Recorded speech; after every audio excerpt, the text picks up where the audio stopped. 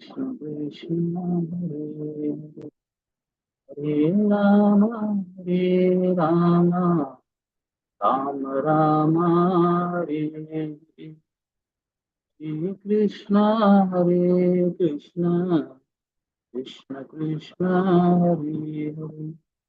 ஒரு சின்ன மங்களாச்சாரம் பண்ணிடலாம். ஹரே கிருஷ்ண மாதாஜி பிரபு. ஹரே கிருஷ்ணா. ஹரே கிருஷ்ண. ஓம் நமோ பகவதே வாசுதேவாய. ஓம் நமோ பகவதே வாசுதேவாய. ஓம் நமோ பகவதே வாசுதேவாய. ஓம் அஞ்ஞானதிமிராந்தஸ்ய ஞானாஞ்சனேய ஸலாகயே தத்துவம் பிரம்மிலமேன தஸ்மை ஸ்ரீ குருவே நமக. ஸ்ரீ சைத்தன்ய மனோபீசினம் ஸ்வாமினம் ஏன பூதலே ஸ்வயம் ரூபஹதாமாயம் ததா சிவபாத்திகம். ஏ கிருஷ்ணா கருண சிந்தே தீன பந்தே ஜகத்பதே गोपीश गोपीकान्ता राधा कांता नमस्तुते अप्तहांजन गौरांगी राधे वृंदानीश्वरी वानो सुदेवी प्रियमानी हरि प्रिय वांछकल्पतराय कृपा भावनये वैष्णवयो नमो नमः. जय श्री कृष्ण चैतन्य प्रभु नित्यानंद श्री अद्वैत गदाधर श्रीवासादि गौर भक्त वृंद. हरे कृष्णा कृष्ण कृष्ण हरे हरे हरे रामा राम राम हरे हरे. हरे कृष्णा कृष्ण कृष्ण हरे हरे. हरे रामा राम राम हरे हरे. हरे कृष्णा कृष्ण कृष्ण हरे हरे. हरे रामा राम राम हरे हरे. हरे कृष्णा कृष्ण हरे हरे. हरे रामा राम राम हरे हरे. ஓம் சத்குரு. ஹரே கிருஷ்ணா. வந்தவருக்கு எல்லாருக்கும் நமஸ்காரம். ஹரே கிருஷ்ணா. ஹரே கிருஷ்ணா பிரபுஜி. ஹரே கிருஷ்ணா மாதாஜி. ஹரே கிருஷ்ணா. போன வாரம் கிளாஸ் எடுக்க முடியல, சிஸ்டம் கொஞ்சம் ப்ராப்ளம். கோவில் அட்டெண்ட் பண்ண முடியல பிரபுஜி. என்ன மாதாஜி? ஹரே கிருஷ்ணா பிரபுஜி. ஹரே கிருஷ்ணா பிரபுஜி. ஆமா ஆமா. ஹரே கிருஷ்ணா ஹரே கிருஷ்ணா. ஹரே கிருஷ்ணா பிரபுஜி. ஹரே கிருஷ்ணா மாதாஜி. ஹரே கிருஷ்ணா மாதாஜி. ஹரே கிருஷ்ணா பிரபுஜி. ஹரே கிருஷ்ணா மாதாஜி. ஹரே கிருஷ்ணா மாதாஜி. ஹரே கிருஷ்ணா. ஹரே கிருஷ்ணா. ஷிஃப்ட் பண்றதுனால அட்டெண்ட் பண்ண முடியல Prabhuji. Okay okay okay okay Mataji. வசதியா போச்சு எனக்கு. கொஞ்சம் மாதாஜி லைன்ல வராங்க, பேசிட்டு வரேன். பேசு. ஹரே கிருஷ்ணா மாதாஜி.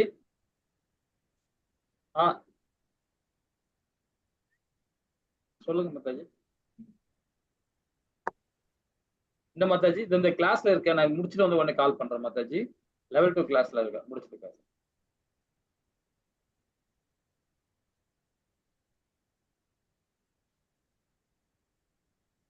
ஹரே கிருஷ்ணா. ஓகே சரி, இப்ப நம்ம கிளாஸ் ஆரம்பிச்சிடலாம். அத்தியாயம் 16, அதாவது தெய்வீக மற்றும் அரக்க குணம். நம்ம போன வாரத்துக்கு முந்தின வாரம் ரொம்ப அழகா பார்த்தோம். அதாவது அசுர குணங்களையும் தெய்வீக குணங்களையும் பார்த்தோம். தெய்வீக குணங்கள் தான் ரொம்ப அழகா ரொம்ப விரிவா நல்லா பார்த்தோம். இன்னைக்கு நாம அசுர குணத்தை பத்தி இனி வரவதை பார்க்க போறோம். இப்போ ஒரு 4 ஸ்லோகத்துல வந்து தெய்வீக குணத்தை பத்தி சொல்ல போறாரு பகவான். ஒரு குறிப்பிட்ட ஸ்லோகத்துக்கு பிறகு கம்ப்ளீட்டா நாம வந்து அசுர குணங்களை பத்தி தான் நம்ம படிக்க போறோம், விரிவா பார்க்க போறோம். ஹரே கிருஷ்ணா. அதற்கு முன்னாடி இந்த நிகழ்ச்சி ஏற்பாடு பண்ணி கொடுத்த ஸ்ரீ ராதா கோவிந்தா இஸ்கான் பெங்களூருக்கு நாம் அனைவரும் சார்பாகவும் பிரார்த்தனை ஆரம்பிப்போம். ஸ்ரீ கிருஷ்ணா சைத்தன்ய பிரபு நித்யானந்த ஸ்ரீ அத்வைத கதாதார ஸ்ரீவாசாதி கௌர பக்த விருந்துக்கு ஜெய். ஹரே கிருஷ்ண கிருஷ்ண கிருஷ்ண ஹரே ஹரே. ஹரே ராம ராம ராம் ஹரே ஹரே. ஹரே கிருஷ்ணா கொஞ்சம் எல்லாரும் மியூட் பண்ணிக்கலாம். ஹரே கிருஷ்ணா மாதாஜி. எல்லாரும் நீங்க ஓகே சரி. இப்ப நாம 16வது அத்தியாயத்துல நம்ம என்னென்ன பார்த்திருக்கோம், இனி என்ன பார்க்க போறோம் ஒரு சின்ன கண்ணோட்டம் பார்த்துடலாம். 1வது பதத்துல இருந்து 6வது பதம் வரைக்கும் தெய்வீக அசுர குணங்களை பத்தி பார்க்க போறோம். 26 குணங்கள் தெய்வீகமான குணங்கள், அது நம்ம பார்த்துட்டோம்.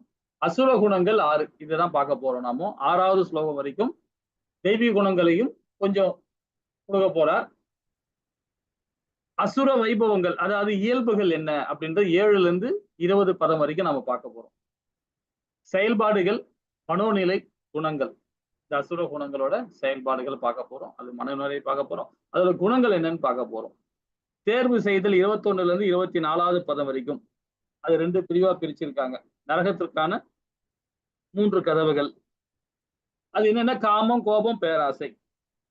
அனைவருக்கும் தேர்வு செய்வதற்கான வாய்ப்புகள் கொடுக்கப்படுகிறது. ஹரே கிருஷ்ணா. அதையும் என்னன்றது ரொம்ப அழகா விரிவா நாம பார்க்கலாம். இப்ப தெய்வீக குணங்களும் அசுர குணங்களை விட்டு 1ல இருந்து 6வது பதம் வரைக்கும் நாம இப்ப படிக்க போறோம்.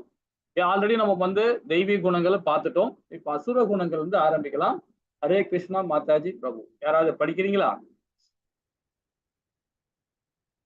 ஹரே கிருஷ்ணா ஹரே கிருஷ்ணா. யாராவது படிக்கிறீங்களா? விருப்பம் தான்? ஹரே கிருஷ்ணா பிரபுஜி. 4வது பதமா படிக்கணுமா பிரபுஜி? ஆமா மாதாஜி, ஆமா மாதாஜி.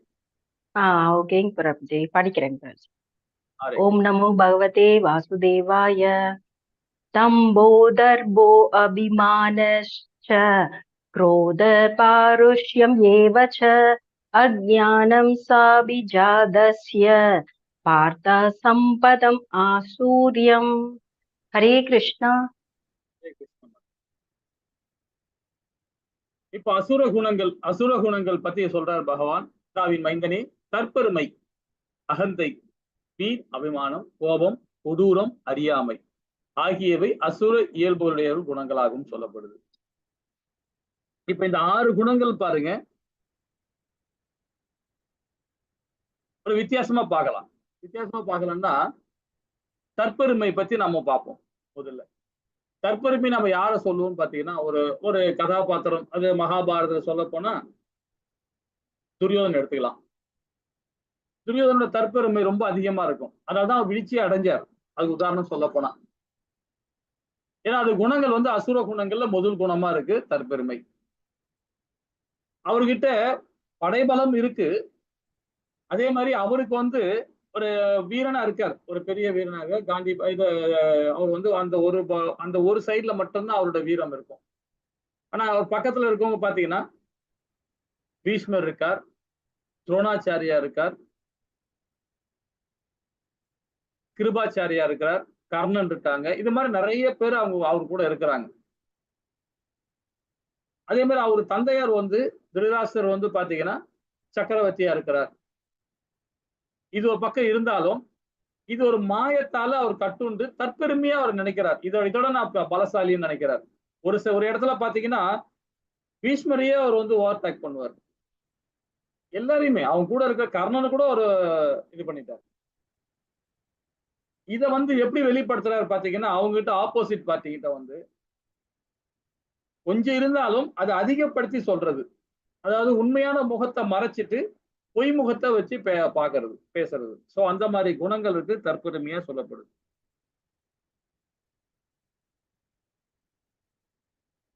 அதே மாதிரி அகந்தை, அதே வீண் அவமானம், அது வந்து பாத்தீங்கன்னா இந்த மூணுமே, இந்த கோபம், இந்த மூணுமே வந்து பாத்தீங்கன்னா இதோட ஒரே சாராம்சம் தான். இது மூணுமே வந்து நம்மளை வீழ்ச்சிக்கான கொண்டு போய் சேர்க்க வேண்டியது. இது ஒரு பதமா நம்ம பார்க்கலாம். 7வது பாதத்துல இருந்து இதோட செயல்பாடுகள் என்ன, இதோட இது என்னன்னு சொல்லிட்டு விரிவா நம்ம ஒரு ஸ்லோகம் மூலியமா 7வது பாதத்துல இருந்து விரிவா நம்ம கொடுக்க போறாங்க. கொடூரம் ஆல்ரெடி நமக்கு தெரியும். இது 5மே பாத்தீங்கன்னா தற்பெருமை, அகந்தை, வீண் அபிமானம், கோபம், கொடூரம், இது 5மே நமக்கு வந்து சாதாரணமே நமக்கு தெரிஞ்சிடும். ஆனா அறியாமை சொல்லும் போது பாத்தீங்கன்னா அது ஒரு அசுர குணமா அப்படின்னு நிறைய பேர் கேட்பாங்க. அறியாமை செய்து நம்ம தெரியாம பண்ணிட்டேன் அப்படின்னு நம்ம சொல்லுவோம். 6வது குணமா சொல்லப்படுது. ஏன்னா அதுவும் ஒரு அசுர குணம் தான். இப்ப நம்ம யாராவது ஒருத்தர் தெரியாம காலை மெரிச்சிட்டோம், கையை மெரிச்சிட்டோம், ஏதோ ஒரு தடங்கல் பண்ணிட்டோம், ஏதோ ஒரு பிரச்சனை பண்ணி, ஏதோ ஒரு நம்ம இடத்துல இருக்கோம்னா நம்ம தெரியாம பண்ணிட்டோம், சாரின்னு சொல்லுவோம், மன்னிச்சிருங்கன்னு சொல்லுவோம். இது எல்லாமே அசுர குணங்கள் தான் சொல்லப்படுது. அதை பத்தியும் நாமும் 10, 11வது பதம் ரொம்ப அழகா அதுல பகவான் கொடுக்குறாரு. ஏன்னா அறியாமை நம்ம சொல்றோம், அது வந்து அசுர குணங்கள் தான். நான் தெரியாம செஞ்சுட்டேன்னாவே அதுவே அசுர குணங்கள் தான். அது ஏன் அதுதான் நம்ம அடிக்கடிக்கு நம்ம சொல்லுவோம், யாரும் மன்னிப்பு கேட்காதீங்க, ஹரே கிருஷ்ணான்னு மட்டும் சொல்லுங்க, தேங்க்ஸ் சொல்லாதீங்க, ஹரே கிருஷ்ணான்னு சொல்லுங்க அப்படின்னு சொல்றது என்ன காரணம்னா, இந்த அறியாமை நம்மளை தூண்டிக்கிட்டே இருக்காது. திரும்ப திரும்ப அதை நம்ம செய்ய வச்சுக்கிட்டே இருக்கும் அந்த அறியாமை சொல்றது. அது சாதாரணமா நம்ம சொல்லிட்டு போயிடலாம், இதை நான் தெரியாம பண்ணிட்டேங்கன்னு சொன்னாவே அது வந்து பாத்தீங்கன்னா அசுரத்தன்மை தான் சொல்லணும். அதை பத்தி 11, 12, 13 அந்த ஸ்லோகம் மூலியமா நம்ம இன்னும் விவரமா அதை படிக்கலாம்.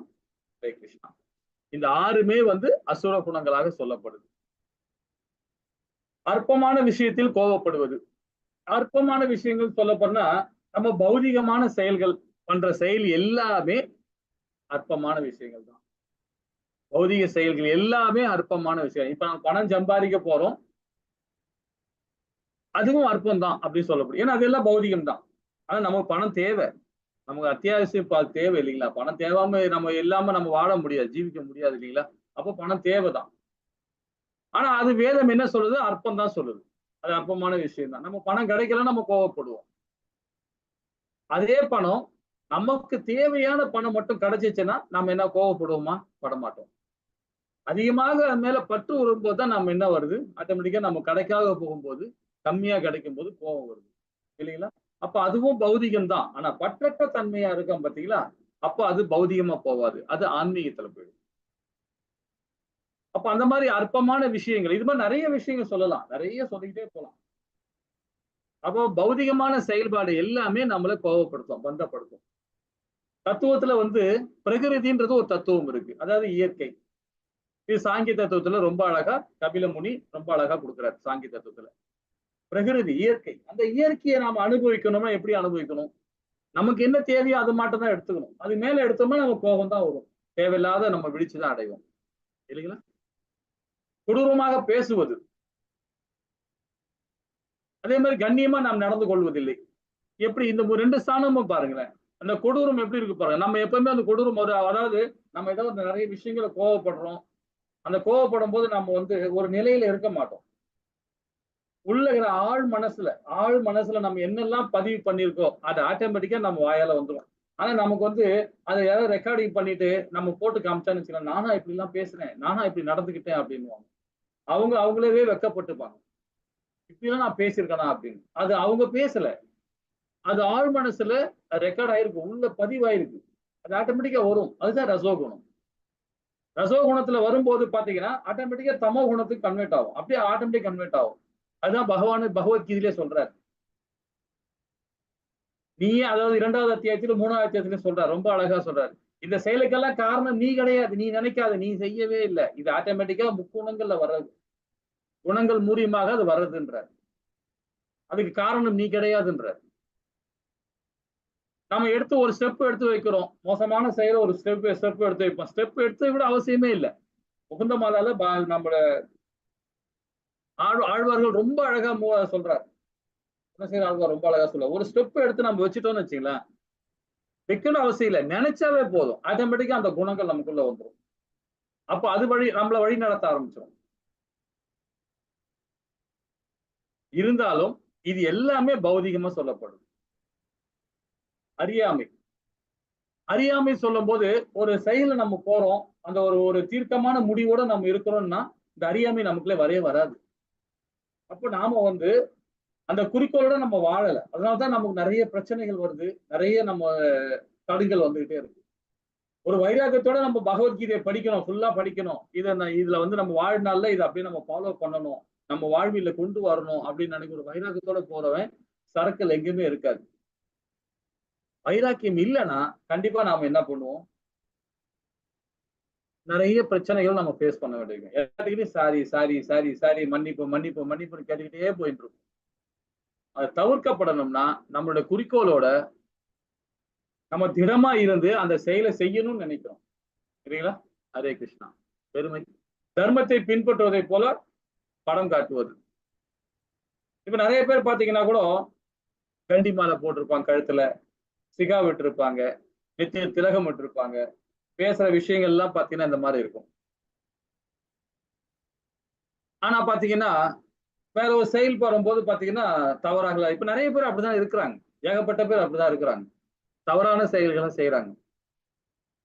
இப்ப காசியில போய் பாருங்களேன், அங்க போய் பாருங்களேன், நிறைய பேர் தவறான செயல் தான் இருக்கிறாங்க. ஒரு பெரிய தாடி வச்சிருப்பாங்க, நிறைய கையில கபண்டெல்லாம் இருக்கும், சங்கு சக்கரம் எல்லாம் கையில வச்சிருப்பாங்க, வச்சுட்டு இருப்பாங்க. ஒரு கையில பாத்தீங்கன்னா மொபைல் இருக்கும், ஒரு பையில பாத்தீங்கன்னா அந்த புகையில வச்சுட்டு இது பண்ணிட்டு இருப்பாங்க. சோ இவங்க எல்லாம் மித்தியாசாரம்னு சொல்லப்படுது, போலி மனிதர்கள். ஆனா தர்மத்தை பின்பற்றுற மாதிரி அந்த வேடங்கள் போட்டிருப்பாங்க. சோ இது எல்லா சம்பிரதாய எல்லாவுடைய ஆசிரமத்திலையும் நடக்குது, சம்பிரதாயத்துல இருக்கு. அதை நாமும் அதை கரெக்டா தேர்ந்தெடுக்கணும். ஒரு ஆச்சாரியை தேர்ந்தெடுக்கணும். எப்படி தேர்ந்தெடுக்கணும்? நம்ம வந்து ஒரு ஆச்சாரியை தேர்ந்தெடுக்கணும்னா கீதையில சொல்படி நம்ம எப்படி இது பண்றாங்களோ அது மாதிரி நம்ம தேர்ந்தெடுக்கணும், இல்லைங்களா? சரி. அகந்தை. நம்ம ஓரளவுக்கு ஒரு மெச்சூரிட்டியான ஆன பிறகு நம்ம வந்து நிறைய விஷயங்கள் நம்ம ஒரு ஒரு ஒரு தொழில் பண்றோம், நிர்வாகம் பண்றோம்னா அந்த நிர்வாகம் பண்றதுக்கு முன்னாடி நம்ம எக்ஸ்பீரியன்ஸ் இருக்கணும், நல்லா படிச்சிருக்கணும். அந்த பௌதிக ஞானத்தோட இருந்தோம்னா நம்ம அந்த தொழிலை பண்றதுக்கு நம்ம வசதியா இருக்கும். நம்ம கொஞ்சம் போல படிச்சுட்டு ஒரு 2-3 விஷயம் தெரிஞ்சுக்கிட்டு நம்ம அந்த தொழில இறங்கினா நமக்கு என்ன ஆகும்? நஷ்டம் தானே வரும், பிரச்சனைகள் வரும், இல்லைங்களா? நிறைய பிரச்சனைகள் வரும், இல்லைங்களா? அதே மாதிரி பாத்தீங்கன்னா ஒரு சில இடத்துல வந்து படிச்சிருக்கவே மாட்டாங்க. ஆனா அவங்க வந்து பாத்தீங்கன்னா ஞானத்தோட புத்தியோட பண்ணி செயல்பட்டு அவங்க என்ன பண்ணுவாங்க, நிறைய பொருள் சேர்க்க ஆரம்பிச்சிருவாங்க. அந்த மாதிரி பொருள் சேரும் போது பாத்தீங்கன்னா ஆட்டோமேட்டிக்கா ஒரு கர்வம் வந்துடும். ஆட்டோமேட்டிக்கா அந்த கர்வம் வந்துடும். நான் படிக்கவே இல்லை, நான் இவ்வளவு நகை, நான் இவ்வளவு பொருள் சேர்த்திருக்கேன், இவ்வளவு பணம் சேர்த்திருக்கேன், இவ்வளவு சொத்து வாங்கியிருக்கேன் அப்படின்னு ஆட்டோமேட்டிக்கா அந்த கர்வம் வந்துடும். இதெல்லாம் சாங்கி தத்துவத்துல கபில முனி ரொம்ப அழகா கொடுக்கிறார் நமக்கு. இதுதான் பகவத்கீதையிலும் ரொம்ப அழகா சொல்லப்படுது, அந்த அகந்தை. பணம் சேர சேர வந்து என்ன ஆகும்? பிரச்சனைகள் தான் வரும். இப்ப நம்ம ஸ்ரீமத் பாகவத்தோட ஒரு கிளாஸ்ல வந்து நம்ம சொன்னோம். என்ன சொன்னோம்னு பாத்தீங்கன்னா, இன்னைக்கு ஒரு கிளாஸ்லோட காலையில அதை பத்தி சொன்னோம், ஒரு கதை சொன்னோம். கதை இல்ல, இது வந்து புராணத்துல சொல்லப்படும். பகவான் வந்து வீதி உலா வரார். இப்ப நம்ம மன்னர்கள்லாம் வீதி உலா வராங்க பார்த்தீங்களா? அந்த மாதிரி வீதி உலா வருவாங்க. அதே மாதிரி பகவானும் கீழே வரார். வந்து சாதாரண மனிதன் போல வேடம் போட்டு பகவான் கீழே வரார். வந்து நடந்து வந்து இருக்கும் போது எழுத்தாப்புல ஒரு பக்தன், பகவத் பக்தன், பகவானை உணர்ந்துட்டான். இவர் பகவான் தான் அப்படின்னு வந்துட்டான். அவர் சாதாரண மனிதனா வரார், லீலை கொடுக்க வரார். இதை பார்த்த உடனே பக்தன் வந்து பகவான் கிட்ட சரணாகதி அடைஞ்சு அவருக்கு எல்லாம் ஆத்ம நிவேதனம் பண்ணி, நீங்க வந்திருக்கிறீங்க அப்படின்னு கேட்ட உடனே, இது மாதிரி நான் வீதி உலா வந்திருக்கேன் அப்படின்னு சொன்ன உடனே, சரி நானும் உங்க கூட வரலாமா அப்படின்னு, வா அப்படின்னு சொல்லி கூட்டிட்டு போறாரு. ஒரு பெரிய மாளிகையை பாக்குறாரு. அந்த மாளிகையில தண்ணி கொஞ்சம் நீராகாரம் கேட்டு வாங்கிட்டு வாப்பா அப்படின்றார் பக்தர் கிட்ட. சொன்ன உடனே அந்த ஆள் என்ன பண்றார், நேரா உள்ள போறார். போனா அந்த ஹால்ல ஒரு வயசானவர் உட்கார்ந்துட்டு இருக்கார். வயசானவர்னா ஒரு 55-60 வயசு, அந்த மாதிரி ஒரு 60 வயசு மேல இருக்கு, உட்காந்துருக்காரு. அவர்கிட்ட பகவான் வந்திருக்கிறார், நீராகாரம் இருந்தா கொடுங்களேன் அப்படின்னு. யாருமே இல்லப்பா, என்னால எழுந்து போக முடியாது, கிளம்பு கிளம்பு அப்படின்றார். ஒரு செல்வந்தர், அவர் நல்ல வசதி படைச்சவர். அவர் சொன்ன உடனே நேரா பக்தர் வெளியே வரார், பகவான் கிட்ட சொல்றார், இந்த மாதிரி சொல்லிட்டாரு பகவானே அப்படின்னு. சரி போட்டோம் விடுங்க, அடுத்த வீடு பார்க்கலாம், அவனுக்கு இன்னும் செல்வம் சேரட்டும் அப்படின்ட்டு போயிட்டார். அவனுக்கு அருள் கொடுத்துட்டு போறார், இன்னும் நிறைய செல்வம் சேரட்டும் அப்படின்ட்டு போயிட்டார். இரண்டாவது ஒரு 4-5 வீடு தள்ளி போன உடனே ஒரு லேடி இருக்காங்க, ஒரு மாதாஜி இருக்கிறாங்க. அந்த மாதாஜி வீட்டுல தனிமையில் தான் இருக்கிறாங்க. அவங்க சொந்த பந்தம் தான் இல்லை, யாருமே இல்லை, அவங்க தனிமையில் இருக்கிறாங்க. அப்போ அந்த வீட்டுல போய் ஒரு மாதாஜி இருப்பாங்க இல்லையா, அவங்ககிட்ட போய் நீராகாரம் கேளுங்க அப்படின்னு சொல்றாரு. அந்த உள்ள போய் போனா அங்க பக்தர் பாக்குறார், ஒரு பசுமாடு இருக்கு, ஒரு ஒத்த பசுமாடு இருக்கு. அந்த பசுமாடு பால் கறந்து அந்த பால் தான் இந்த அம்மா வந்து விநியோகம் பண்ணி அதுல வர வருமானத்தை வச்சு அந்த குடும்பம் வந்து அந்த அம்மா வந்து சாப்பிட்டுக்கிட்டு வாடுறாங்க. வாழ்வாதாரமே அந்த பசுமாடு தான். அதை பாக்குறார். உள்ள போன உடனே அம்மா தாய் இது மாதிரி வந்திருக்காரு பகவான், நீராகாரம் கேட்கிறார், அதை கொடுக்க முடியுமா அப்படின்னு. உடனே அந்த அம்மா என்ன பண்றாங்க, கைகாலெல்லாம் சுத்தப்படுத்திட்டு உடனே ஒரு சொம்பு எடுத்து வந்து நல்லா சுத்தம் கிளீன் பண்ணி தண்ணி எடுத்துன்னு வந்து கொடுக்குறாங்க. பகவானுக்கு கொடுத்த உடனே அவர்கிட்ட காலில் விழுந்து ஆசீர்வாதம் வாங்கிட்டு உள்ள போறாங்க. அப்போ கிளம்பும் போது பகவான் சொல்றார், அந்த பசுமாடு முத்தி அடையட்டோன்றார். பசுமாடு முத்தி அடையட்டோன்றார். பக்தருக்கு ஒண்ணுமே புரியல. தண்ணி ஆகாரம் கேட்ட உடனே கொடுத்தாங்க, பயபக்தியோட வந்து ஆத்ம நிவேதனம் பண்ணி அவங்க வந்து தண்ணி கொடுத்தாங்களே, அந்த தாய்க்குள்ள வாழ்வாதாரமே அந்த பசுமாடு தான். அதை வந்து இறக்கணும் சாபம் கொடுக்குறாரு பகவான். என்ன பகவானே இப்படி பண்றீங்க அப்படின்னு சொல்லிட்டு பகவான் கிட்ட அவர் கேட்கிறார். அந்த செல்வந்தர் அவ்வளவு பணம் வச்சுட்டு இருக்கார், அவர் தண்ணி கொடுக்கல, எழுந்து வந்து தண்ணி கொடுக்காம இருக்கிறார், முடியாதுன்னு சொல்லி விட்டார். ஆனா அவருக்கு பணம் சேரட்டும்னு சொல்லிட்டீங்களே, இந்த அம்மாவுக்கு வாழ்வாதாரம் அந்த பசுமாடு தான், அதை இறத்து முத்தி அடைக்கும்னு சொல்லிட்டீங்களே. உடனே பகவான் சிரிச்சுக்கிட்டே சொல்றார், அவனுக்கு பணம் வேணும் வேணும்னு அவன் இருக்கிறான், அவனுக்கு இன்னும் செல்வம் சேரட்டும்னு சொல்லிட்டு வந்ததுக்கு என்ன காரணம் பார்த்தீங்கன்னா, செல்வம் சேர சேர ஆட்டோமேட்டிக்கா அவனுக்கு கர்வம் வந்துடும், தன்னை இழந்துருவான், தன்னை இழந்துருவான். தன்னை இழந்தது மாத்திரம் இல்லாம நாம யாருன்ற கூட தெரியாது அவனுக்கு, அவன் யாருன்றது அவனுக்கே தெரியாது, சொந்த பந்தத்திலே இப்போ அவன் வந்து யாருன்னே தெரியாது, அந்த மாதிரி வாழ்ந்துட்டு இருப்பான் பணம் உள்ளவன்.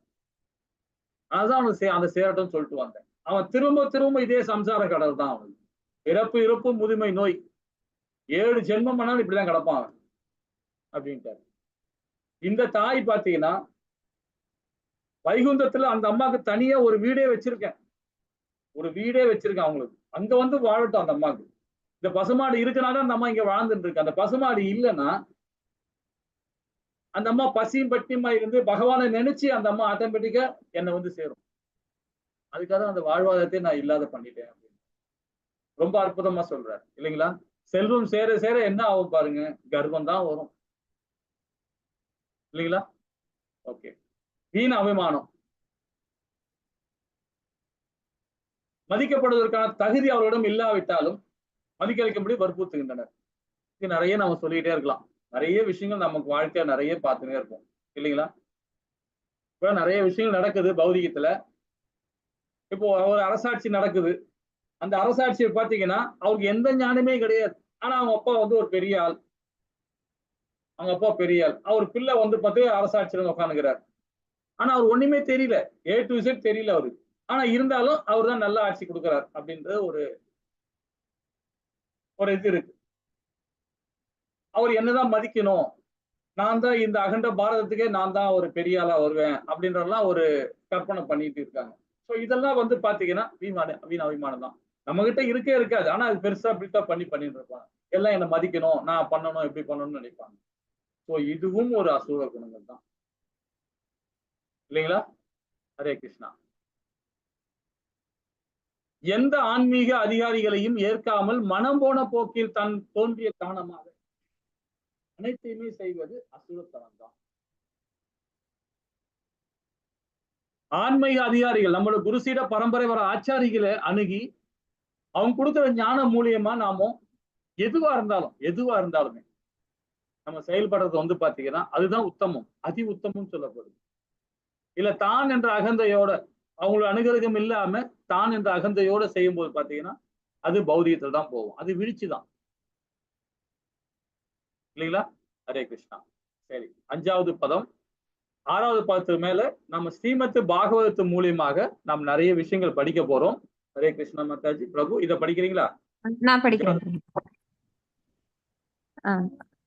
நான் படிக்கிறேன் பிரபுஜி. படிங்க. हरे कृष्ण. दैवी संवत् विमोक्षाय निबन्धायासुरीमता माशु च सम्पदं दैवीम् अभिजातो असि पाण्डव.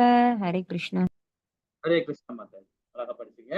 அதாவது தெய்வீக குணங்கள் முத்தி தரக்கூடியவை, அசுர குணங்களோ பந்தப்படுத்துபவை. ஆண்டுவின் மைந்தனி கவலைப்படாதே, நீ தெய்வீக குணங்களோடு பிறந்திருக்கிறாய் என்று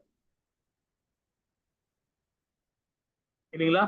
பகவான் வந்து அர்ஜுனனுக்கு ஏன் இந்த உபதேசம் பண்றாருன்றத நாம ஏற்கனவே படிச்சிருக்கிறோம், நாராயணா இருந்தாங்க போன ஜென்மத்துல இல்லைங்களா. அதனால்தான் வந்து பகவான் வந்து அவருக்கு அந்த கொடுக்குறார். இது மாத்திரம் நிறைய காரணங்கள் இருக்கு ஏன்னா அர்ஜுனன் கொடுக்கறதுக்கு வந்து. அதே மாதிரி அவர் வந்து ஒரு தேவர்களுடைய அவதார புருஷர் தான் அவர், யார் அர்ஜுனனும். தேவன பிள்ளைகள் தானே அவர்கள் எல்லாமே, பாண்டவர்கள் எல்லாமே வரப்பிரசாதம் தான் அவங்க எல்லாருமே இல்லைங்களா. சோ அவங்களால வந்து பாத்தீங்கன்னா கலிகாலத்துல வந்து இந்த மாதிரி பிரச்சனைகள் வரக்கூடாது, பகவத்கீதை இவங்க மூலியமா வந்தாதான் நமக்கு வந்து நல்லது அப்படின்றத ரொம்ப அழகா அது இங்க சொல்லப்படுறாங்க. அதான் பாண்டுவின் மைந்தனி கவலைப்படாது, நீ தெய்வீக குணங்களும் பிறந்திருக்கிறாய் என்றார். இப்ப அதே மாதிரி பாத்தீங்கன்னா நம்ம வந்து பிராமண குலத்துல பிறக்கிறாங்க, ஒரு செல்வந்த குடும்பத்துல பிறக்கிறாங்க, ஒரு கல்வியாளர் குடும்பத்துல பிறக்கிறாங்க, ஒரு மகான் குடும்பத்துல பிறக்கிறாங்க. அவங்க எல்லாமே போன ஜென்மத்துல ஏதோ ஒரு புண்ணியம் பண்ணியிருக்கிறாங்க, கொஞ்சம் புண்ணியம் பண்ணதுனாலதான் வந்து இந்த இடத்துல ஒரு நல்ல குலத்துல பிறக்கிறாங்க. ஆனா அந்த குலத்துல பிறந்தது மாத்திரம் இல்லாம அது செயல்பாடு இல்லாம இருந்தாங்கன்னா இன்னும் அவங்க வந்து திருப்பி சம்சார கடவுள் தான். இது 6வது அத்தியாயத்துல நம்ம விரிவா நம்ம படிச்சோம் இல்லைங்களா. ஆனா தெய்வீக குணங்கள் வந்து முக்தி தரக்கூடியவை, அசுர குணங்கள் நம்மளை பந்தப்படுத்துபவை. நம்மள பந்தப்படும் போது நம்ம நிறைய என்ன விஷயம் பார்ப்போம் பாருங்க. 3வது அத்தியாயத்துல கர்ம யோகத்துல படிச்சிருக்கிறோம். பந்தப்படுத்துவது எது நம்ம சொல்லுவோம்.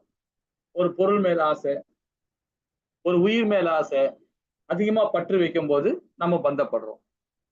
ஆனா முத்திகா நம்ம படும்போது அதே குடும்பத்தோட பற்றற்ற தன்மையா இருக்கும். பாசம் இருக்கும், அது அளவோட இருக்கும், பற்றோட இருக்கும், பற்றற்ற தன்மையா இருக்கும். பற்றோட இருக்கும்போது நம்ம பந்தப்படுவோம் இல்லையா? அதான் பகவான் சொல்றார். முத்திக்கான செயல் வந்து பாத்தீங்கன்னா தெய்வீக குணத்துல இருக்கும்போது முக்தி அடையும். அதே வந்து அசுர குணத்துல இருக்கும்போது, பௌதிகத்துல போகும்போது நம்மள பந்தப்படும்.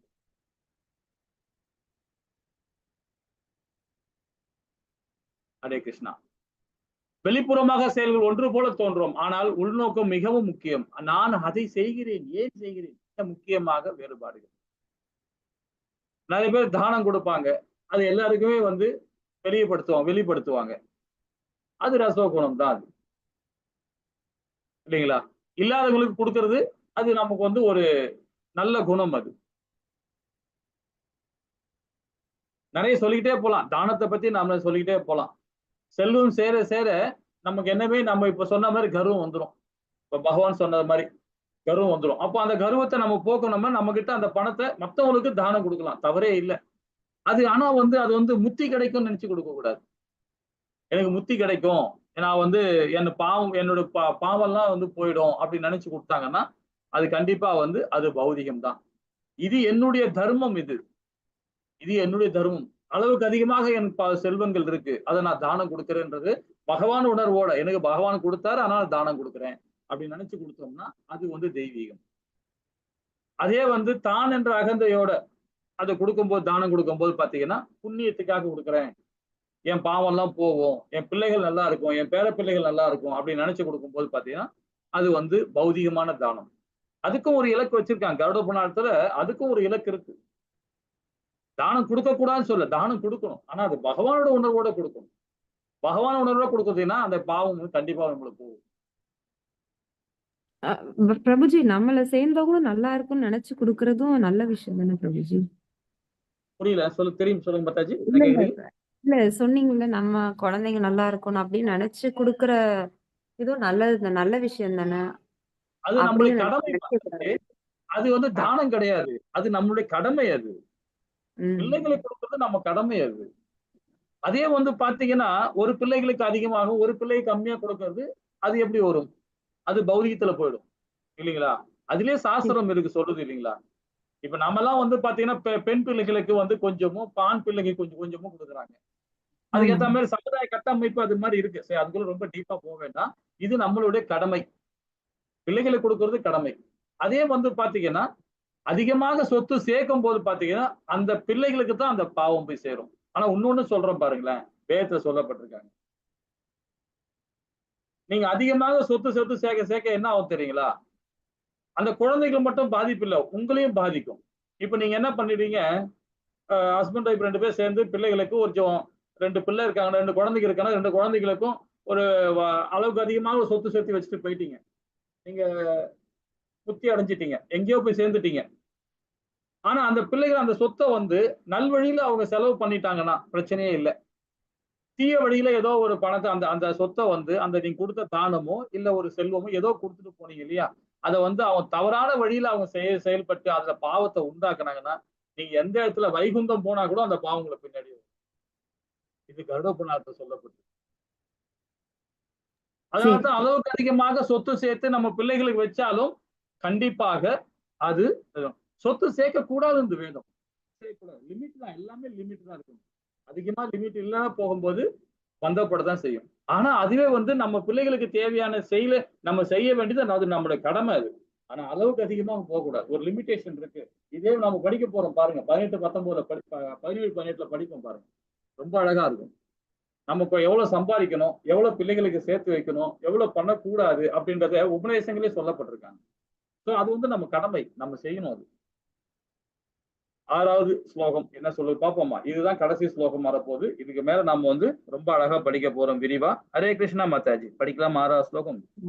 द्वौ भूतसर्गौ लोके अस्मिन् दैव असूर एव च दैवो विस्तरक्ष प्रोक्त அசூரம் பார்த்த மேஷ்ருணு. ஹரே கிருஷ்ணா. ஹரே கிருஷ்ணா. ராவின் மைந்தனி, இவ்வுலகில் உள்ள படைக்கப்பட்ட உயிர்வாழிகளின் தெய்வீகமானவர்கள் அசுரர்கள் என இரு வகையாக உள்ளனர். தெய்வீக குணங்களை பற்றி ஏற்கனவே மிக விவரமாக உனக்கு விளக்கி உள்ளேன். இனி அசுரர்கள் குணங்களை என்னிடமிருந்து கேட்பாயாக என்றார். இப்ப பகவான் வந்து தெய்வீக குணங்கள் எப்படி, அசுர குணங்கள்லாம் எப்படி, அசுர குணங்கள் பந்தப்படுத்துபவை, தெய்வீக குணங்கள் முத்தி தரக்கூடியவை அப்படின்னு பகவான் வந்து 5:4 சொல்லிட்டார். இப்ப 6வது என்ன சொல்றார், இனி வரப்போறது, நீ வர அத்தியாயம் ஃபுல்லா, இந்த அத்தியாயம் ஃபுல்லாவே அசுர குணங்களை பத்தி சொல்ல போறேன். கம்ப்ளீட்டா அசுர குணங்கள் தான்.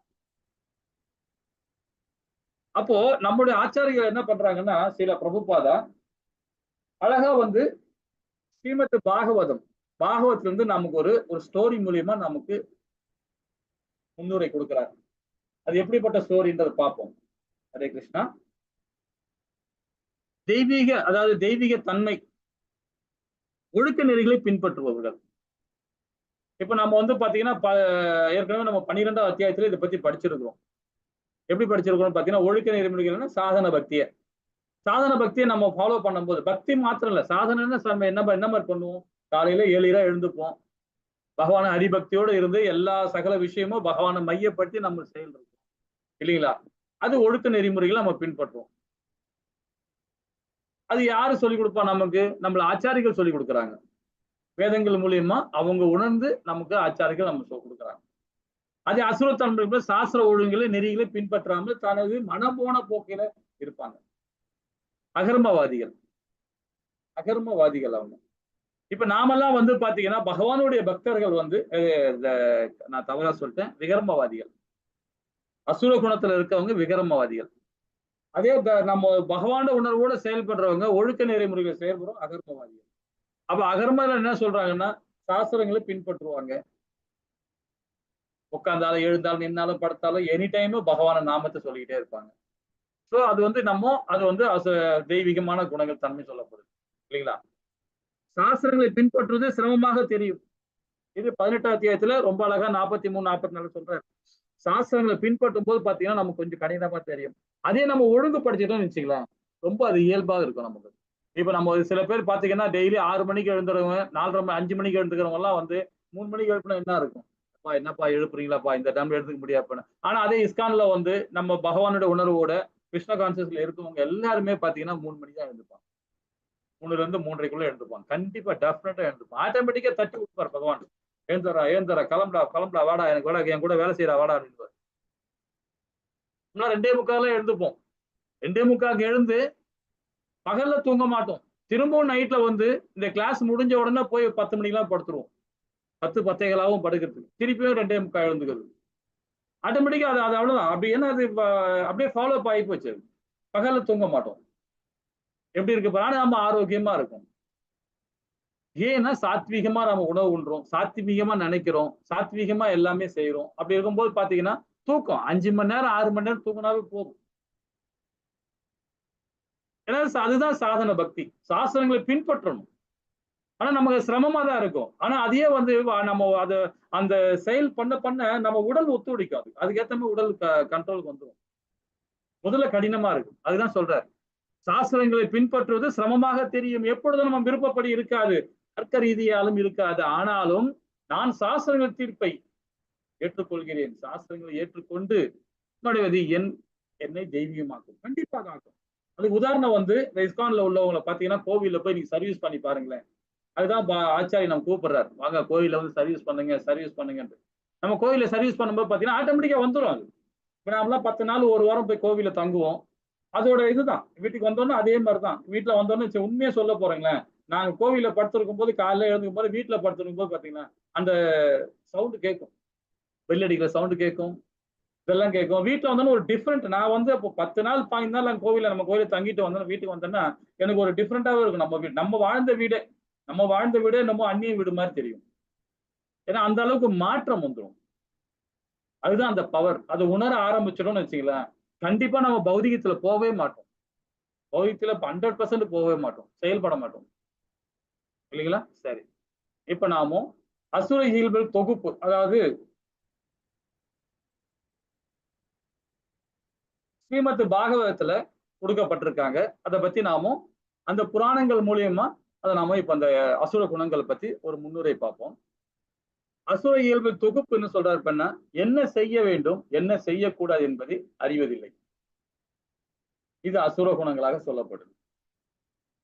சாஸ்திரங்களை பின்பற்றுவதில்லை, சுயநலவாதிகள், முறையற்ற நடத்தை, வாய்மின்மை, தூய்மையற்றவர்கள், ஒழுக்க நெறிகளை விரும்புவது பின்பற்றுவதோ கிடையாது. இது எல்லாமே பாத்தீங்கன்னா தொகுப்பு இயல்புகள் சொல்லப்படுது. இதை பத்தி இது இன்னும் விரிவா பார்க்கலாம். அசுரர்களுக்கு தொகுப்பு பாத்தீங்கன்னா கொள்கை என்ன மாதிரி கொள்கையை பாருங்க. உலகம் பொய்யானதுன்னு சொல்லுவாங்க, கட்டுப்படுத்தும் கடவுள் இல்லை அப்படின்னு நாத்திகம் பேசுவாங்க. சில பேர் கருமிகளா இருப்பாங்க.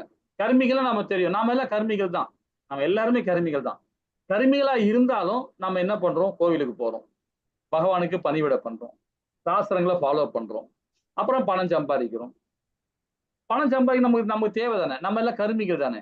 ஆனா சில கருமிகள் என்ன பண்ணுவாங்கன்னா கடவுள் இல்லைன்னு சொல்லி அந்த மறுப்பு கொண்டாடுவாங்க, பணமும் சம்பாதிப்பாங்க. ஆனா ஒழுக்கமுறையாவும் இருப்பாங்க. ஒழுக்கமுறைன்னா பௌதிக ஞானத்தோடு இருப்பாங்க. அதுக்கு சொல்ல போனா ஒரு வக்கீலோ ஒரு அட்வொகேட்டோ ஒரு பெரிய கலெக்டரோ அவ மாதிரி இருப்பாங்க. ஆனா தெய்வீக பக்தி இருக்காது, நாத்திகம் பேசிக்கிட்டே இருப்பாங்க. ஆனா ஒழுக்க முறையா வாழ்வாங்க. அது கருட புராணத்துல ரொம்ப அழகா சொல்லப்பட்டிருக்காங்க. அது ஒரு தன்மையில வருவாங்க. பிரபுஜி சொல்லுங்க.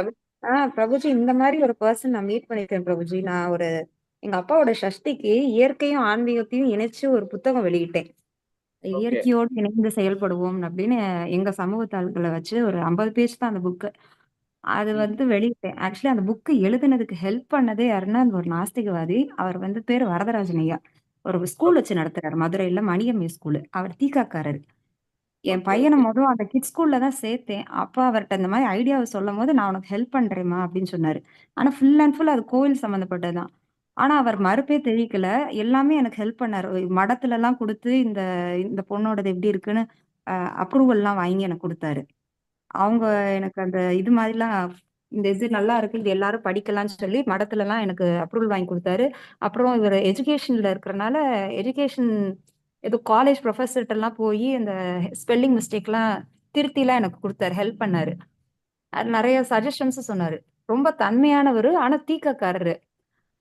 எனக்கு அது கொஞ்சம் ஒரு ஒரு புது எக்ஸ்பீரியன்ஸாவும் இருந்தது, ஆச்சரியமா இருக்கு. இப்போ வரைக்கும் என்னை பார்த்தா மகளேன்னு தான் சொல்லுவாரு. மகளே எப்படி இருக்கீங்க அப்படின்னு தான் சொல்லுவாரு. கோயிலுக்கு தான் ஃபங்க்ஷன்ல வெளியிட்டோம். நான் வருவேனே, நான் கோயிலுக்குலாம் வர்றேன், என் மக வெளியிட்டிருக்கா, ரொம்ப சந்தோஷம் அப்படின்னு சொல்லி அவரும் அங்க வெளியீட்டு விழால பேசினாரு. ஆனா எல்லா பொது நல இதுக்குமே உதவி பண்ணுவார். ரத்த தானம் பண்ணுவாரு, யாருக்காவது ஏதாவது கஷ்டம்னா போய் பண்ணுவாரு. அவர் வீட்டுக்கெல்லாம் போயிருக்கு, எல்லாமே பண்றாரு. ஆனா கடவுள் மறுப்புது. பெரியாரோட இதை வச்சுக்குவாரு. எனக்கு அது ஒண்ணுதான் ரொம்ப கஷ்டமா இருக்கும். ஆனா சிவனெல்லாம் அவருக்கு ரொம்ப பிடிக்கும். உள்ளுக்குள்ள அந்த சிவன்லாம் சாதாரண ஆள் கிடையாதுப்பா. சிவனை பத்திலாம் நம்ம யோசிச்சுதான் பேசணும். நான் ஒரு வாக்கியம் எழுத வந்தேன் சிவ அடியார்களை பத்தி. அப்ப கூட சொன்னார், ரொம்ப யோசிச்சு எழுது, நீ வாட்டு படக்குன்னு எழுதிடக்கூடாது அப்படின்னு சொன்னாரு. சோ இந்த மாதிரி ஒரு பர்சன்ஸ் இருக்காங்க. நீ சொல்றது உண்மைதான். ஏன்னா ஒரு கொள்கை பிடிப்போட இருப்பாங்க அவங்க. ஆமா ஆமா, ஒரு மாய தோற்றத்திலேயே அவங்க இருப்பாங்க. ஏன்னா அவங்க கொஞ்சம், அதாவது அந்த மாதிரி ஆத்மாக்களை சீக்கிரமா அப்சர்வ் பண்ண முடியும். ஆனா அது அவங்களா உணர்ந்தாதான். நாம என்ன சொன்னாலும் கேட்க மாட்டாங்க அவங்க. ஆமா ஆமா, எனக்கு ஆச்சரியமா இருக்கும். நான் அப்ப கிருஷ்ண பக்தியில வரல, இந்த இஸ்கானுக்குலாம் வரல. அது வந்தக்கப்புறம் எனக்கு ரொம்ப ஆசை. ஏன் இவர் இவ்வளவு தன்மையா இருக்காரு, நம்மள்ட்ட கூட அந்த குவாலிட்டிஸ் எல்லாம் இருக்காது. நம்ம இவ்வளவு சாமி கும்பிடுறோம், அந்த ஒரு தன்மையா பேசுறது எதுவுமே இருக்காது. இவர்கிட்ட இவ்வளவு குணங்கள் இருக்கு, ஏன் இவர் டக்குன்னு ஒரு ஸ்பிரிச்சுவலா வந்தா நல்லா இருக்குமே அப்படின்னு நினைப்பேன். ஆனா எதுவும் நம்ம அதுக்கு அடுத்து நான் பேசவே இல்லை. ஏன்னா பேசினா ஏன் இப்படி இருக்கீங்கன்னு கேட்க தோணிரும் எனக்கு. அதான் அந்த மாதிரி கொள்கை உள்ளவங்க. அது டக்குன்னு வெளியே வர முடியும். ஆனா அது அவங்களே உணர்வாங்க. அந்த பகவான் கொடுப்பாரு, அந்த அருள் கொடுப்பாரு. ஏன்னா கடவுள் சொல்றாரு, பகவான் சொல்றாரு, என்ன சொல்றாரு பாத்தீங்களா? நாத்திகம் பேசுறவன் கண்டிப்பாக நான் கடவுள் இல்லை, நான் இல்லைன்னு சொல்லிக்கிட்டே இருப்பான். ஆனா சதா நேரம் என்னதான் நினைச்சுட்டு இருக்கான் அவன். கர்ம யோகி என்ன சொல்றான், என்னதான் சதா நேரம் நினைச்சுட்டு இருக்கான். ஆனா கருமியா இருக்கான் பாத்தீங்களா, அவன் தான் நம்பவே கூடாதுன்னு வரும். அவன் எந்த நேரம் எப்படி சாய்வான்னு தெரியாது, சுயநலவாதி அப்படின்னு. ஏன்னா கருமிகள் பாத்தீங்கன்னா பணம் சம்பாதிக்காக செய்வாங்க. அதே மாதிரி நமக்கு தேவை அப்படின்னாவும் என்ன பண்ணுவாங்க, பணம் சம்பாதிச்சிட்ட பிறகு நம்ம தேவைன்னும் போது ஏதோ பிரச்சனைன்னும் போது டக்குன்னு கோயிலுக்கு ஓடி வருவாங்க. ஒரு ஆச்சாரியை பார்ப்பாங்க. நமக்கு ஏதோ பிரச்சனை இல்லைன்னா இந்த மாதிரி விஷயங்கள்ல கலந்துட்டு இருப்பாங்க. சோ கருமிகள். கொள்கை இருக்காது. ஆனா நாத்திகங்கள்ட்ட கொள்கை இருக்கும். ஆனா கடவுள் இல்லை கடவுள் இல்லைன்னு சொல்லிட்டே இருப்பான். ஆனா அந்த அந்த அந்த பிடிப்போட இருப்பான். அதான் பகவான் சொல்றார். என் நாமத்தை இல்ல நான் நாம இல்ல நாம இல்லைன்னு சொல்லிட்டே இருப்பான். ஆனா சொல்ல சொல்ல நான் தான் இருக்கேன்னு அவனே சொல்லினே வரான் அப்படின்ற. அதே மாதிரி நடத்தை பாருங்க. மாய வசப்படுதல். தானே பிரபஞ்சத்தில் மையம் புலன் இன்பம் அப்படின்னு நினைப்பாங்க. ஹரே கிருஷ்ணா பிரபுஜி. ஹரே கிருஷ்ணா மாதாஜி. கெஸ்ட் வந்திருக்காங்க பிரபுஜி, நான் லீவ் பண்றேன் மீட்டிங்க. Okay Mataji, okay. நீ யூடியூப்ல பாருங்க. சரி. ஹரே கிருஷ்ணா. ஹரே கிருஷ்ணா. அப்போ மாய வசப்படுதல், நானே பிரபஞ்சத்தின் மையம் புலன் இன்பம் அப்படின்னு நினைப்பாங்க. செயல்பாடுகள் பாருங்க, பயனற்ற அழிவையும் தரக்கூடிய சட்டத்திற்கு புறம்பான செயல்கள். இப்ப அதுக்கு காரணம் என்னன்னு பாத்தீங்கன்னா பௌதிகமான சட்டங்கள். லாண்ட் ஆர்டர் வந்து பாத்தீங்கன்னா நம்ம சட்டத்துல நிறைய எழுத்துறாங்க. இது இப்படிலாம் இருக்கு அப்படிலாம் இருக்குன்னு ஒரு சட்டத்தை கொண்டு வராங்க. அதெல்லாம் பௌதிகமான சட்டம். ஆனா இதே வந்து பாத்தீங்கன்னா ஒரு 500-600 வருஷத்துக்கு முன்னாடி நம்ம அகண்ட பாரத தேசத்துல வேத சட்டமும் பௌதிக சட்டமும் ஒன்னா இருக்கும். கொஞ்சம் டிஃப்ரெண்ட் இருக்கலாம். ஆனா வந்து ஒரு அளவுக்கு ஒரு 95% நம்ம வந்து ஆன்மீக சம்பந்தப்பட்ட சட்டமா தான் இருக்கும். வேத சட்டங்கள் எப்படி இருக்கோ அதே தான் வந்து பௌதிக சட்டமும் இருக்கும். ஆனா இப்ப இருக்க பௌதிக சட்டங்கள் பாத்தீங்கன்னா இன்னைக்கு உள்ள அகண்ட பாரத தேசத்தோட லா அண்ட் ஆர்டர் பாத்தீங்கன்னா எப்படி இருக்கும் பாத்தீங்கன்னா 80% அப்படியே பௌதிகமா தான் இருக்கும். 20% மட்டும்தான் நம்ம ஆன்மீகத்தை சம்பந்தப்பட்ட விஷயங்கள் இருக்கும். அது எனக்கு ஏன் அந்த சட்டம் அது மாதிரி இருக்கும்போது பாத்தீங்கன்னா அதனால தான் நிறைய பிரச்சனைகள் நம்ம ஃபேஸ் பண்றோம். நிறைய பிரச்சனைகள் நம்ம அதிகமா வந்து பௌதிக சட்டங்கள் சரியில்லாம தான். ஆனா சட்டத்தை மதிக்கணும். பௌதிக சட்டமா இருந்தாலும் அது எல்லாரும் நம்ம மதிச்சு ஆகணும். அது கரெக்டான ஆளை நம்ம தேர்ந்தெடுத்து அது கரெக்டான வழியை நம்ம கொண்டு வந்தாதான் நம்ம நாடு நல்ல வழியா கொண்டு போகும். இது ரொம்ப அரசியல் பேச வேண்டாம், பேசுறோம். ஓகே. இப்ப மனநிலை பாருங்க. காமம், தற்பெருமை, காழ்ப்புணர்ச்சி, அதாவது பாத்தீங்கன்னா நான் பக்குவமானவன், சக்தி வாய்ந்தவன், வஞ்சகன், மதத்தை பின்பற்றினவன். இந்த 3 விதமான அதாவது காமம் சரி, தற்பெருமை, தற்புகழ்ச்சி, இந்த 3மே வந்து பாத்தீங்கன்னா விழிச்சி அடையக்கூடிய செயல் தான் இல்லைங்களா? முடிவு என்ன பாருங்க, ஏக்கம், மாய, நரகம், அசுர ஹீனங்கள், மேலும் கீழ் நோக்கி செல்லுதல். இது வந்து பாத்தீங்கன்னா அசுர இயல்போட தொகுப்பா கொடுக்கப்படுறாங்க. அப்ப நான் கட்டுப்படுத்துவேன், அனுபவிப்பவன், நானே பக்குவமானவன், பலசாலி, எனது விரோதிகள் தோற்கடிக்கப்பட்டு விட்டனர், நான் மகிழ்ச்சியாக உள்ளேன், எல்லாவற்றுக்கும் இறைவனி நானே. அதுவே அசுரத்தன்மை. இப்ப நம்ம குடும்பத்துல பாத்தீங்கன்னா இது என்னுடைய வீடு, என்னுடைய கனவி, என்னோட மனைவி, இவங்க என்னுடைய கணவன், இவங்க தான் என்னோட பிள்ளைகள், அப்படி இப்படின்னு சொல்லி நாமளே வந்து அந்த உரிமையை அந்த உரிமையை சொல்ல சொல்ல என்ன ஆகுன்னு பாருங்களேன், பௌதிகத்துல போயிட்டே இருப்போம். அது பௌதிகத்தன்மை தான். அது அந்த உரிமை உணர்வுல இருந்து நம்ம விடுபட்டு இருக்கணும். நம்மளுக்கும் மனைவி இருக்காங்க, நமக்கு கணவன் இருக்காங்க, நம்ம பிள்ளைகள் இருக்காங்க, பேரப்பிள்ளை. இது வந்து நம்ம வந்து வாழ்க்கையில வந்து ஒரு என்ன சொல்றது, அது வரும், அதெல்லாம் வரும். ஆனா அதெல்லாம் கடந்து போகணும். அது அந்த அந்த வாழ்க்கை வந்து பாத்தீங்கன்னா 50 வயசு வரைக்கும் தான். 50 வயசுக்கு அப்புறம் நம்ம என்ன வனவாச வாழ்க்கை தான் வாழணும். அது பற்றற்ற தன்மையை வாழ ஆரம்பிச்சிடணும். அப்பதான் இந்த ஆத்ம ரூபத்துல நம்முடைய அடுத்த லெவலுக்கு நம்ம போக முடியும். அப்ப நம்ம அதே குடும்பம் வாசல்ல அப்படியே நம்ம இருந்துகிட்டே இருந்தோம்னு வச்சுக்கலாம். அப்ப என்ன ஆகும்னு பாத்தீங்கன்னா அந்த 50 வயசுக்கு அப்புறம் வனவாச வாழ்க்கை வாழ மாட்டோம். ஆனா நம்ம குடும்பத்தோடு தான் இருக்கணும். குடும்பத்தை விட்டு வெளியே போக கூடாது. நம்ம பேர பிள்ளைகளோட, மகன்களோட சுகமா வாழலாம். ஆனா எப்படி இருக்கணும், பற்றற்ற தன்மையா இருக்கணும். அவங்க வாழ்க்கையை வாழட்டும்னு சொல்லிட்டு அவங்க எட்ட நின்று பார்க்கணும். அவங்க கூடவே இருந்தாலும் அவங்க விஷயத்துல நம்ம தலையிடக்கூடாது. அவங்க ஏதோ துன்பப்படுறாங்கன்னா ஒரு சில அட்வைஸ் நம்ம கொடுக்கலாம். அந்த அட்வைஸ் ஏத்துக்கிற பக்குவம் இருந்தா நம்ம கொடுக்கலாம், இல்லைன்னா கொடுக்க கூடாது. சைலண்டா இருக்கணும். ஏன்னா பகவான் அவங்களுக்குள்ளேயும் இருக்கிறார், பரமாத்மா அவங்களுக்குள்ளேயும் இருக்கிறார். அவங்களுக்கும் அந்த எல்லா பகுத்து பார்க்கிற அறிவு இருக்கு இல்லைங்களா? ஹரே கிருஷ்ணா. அந்த மாதிரி நான் என்ற உணர்வோடு இருக்கும் ஆரம்பிச்சோன்னா நம்ம அது அசுரத்தன்மை சொல்லப்படுது. நான் தான் இந்த வீட்டுக்கு ஓனர், நான் தான் இந்த வீட்டுக்கு தலைவன், நான் தான் இந்த வீட்டுக்கு தலைவி அப்படி நினைச்சோம்னா அது அசுரத்தன்மை. அப்ப சிகிச்சையின் முதற்படி நோயினை கண்டறியலாம். இந்த எண்ணங்கள் என்னிடம் உள்ளனவா என்பதை சோதித்து பகவான் கிருஷ்ண உதவியுடன் வேறொரு பிடுங்க வேண்டும். சரி, இப்ப நாம 7வது ஸ்லோகத்துல இருந்து நாம வந்து அசுர இயல்புகளை பத்தி இப்ப படிக்க ஆரம்பிச்சிட்டோம். இப்ப வந்து பாத்தீங்கன்னா இந்த அத்தியாயத்தின் உண்மையான வரலாற்று சம்பவத்தின் வாயிலாக இப்ப நம்ம கற்க உள்ளோம். அசுர இயல்புகள் 7ல இருந்து 20வது பதம் வரைக்கும் பார்க்க போறோம். ஹரே கிருஷ்ணா. இப்ப அதிதி திதி இவங்க 2 பேரும் யாருன்னு உங்களுக்கு தெரியுமா? கஷ்யபர் மனைவி. என்ன மாதாஜி? கஷ்யபர் மனைவி. கஷ்யபர் மனைவி. கஷ்யபர் மனைவி. மனைவிகள். ஓகே. திதிக்கு வந்து அசுர குழந்தைகள் பிறக்கும், அதிதிக்கு வந்து தேவ பண்புள்ள குழந்தைகள். என்ன மாதாஜி திருப்பி சொல்லுங்க. திதிக்கு வந்து அசுர குழந்தைகள் பிறக்கும் இல்ல, பிரபுஜி. திதிதான் இது இரண்யாட்சன் இரண்யகசிப்பு. யாருக்கு மாதாஜி இரண்யகசிப்பு? திதி அவங்களுக்கு தானே. ஆமா, அவங்கதான் அசுர இயல்பு. நான் அதைத்தான் சொல்றேன். அதான் சொன்னாங்க, அவங்களும் சொன்னாங்க. அதிதிக்கு தேவ பண்புள்ள குழந்தைகள் பிறக்கும் சொன்னேன். சரி நான் கவனிக்கல. ஐயா அத சாரின்னு சொல்லாதீங்க சார். ஹரே கிருஷ்ணா மட்டும் சொல்லுங்க. சரி, ஓகே. இப்ப அதிதி திதியை பத்தி நாம ஒரு சின்ன விளக்கம் பார்க்கலாம். சின்ன விளக்கம்ல இனி வந்து 2-3 நாள் கிளாஸ் தான் போகும். ரொம்ப அழகா போகும். இவங்களை பற்றி தெரிஞ்சுக்கணும். நம்ம என்ன மாதிரி தெரிஞ்சுக்கணும் அப்படின்றத படிப்படியா பார்ப்போம். இப்போ அதிதி திதி, அதிதினா மூத்தவங்க, திதி வந்து இளையவங்க. இவங்களுக்கு கசிப முனிவருக்கு பாத்தீங்கன்னா இவங்களோட கணவர் பேரு கசிப முனிவர். பிரஜாபதியில அவரும் ஒரு முக்கியமான ஆளு. அதாவது 7 பெருமுனிகளை அவரும் ஒரு பெரிய முனி. ஏன்னா இவங்க வந்து இவர் கசிப முனிவர் பாத்தீங்கன்னா பிரம்மாவுடைய புதல்வன் சொல்லுவாங்க, பிரம்மாவுடைய பேரன் சொல்லுவாங்க.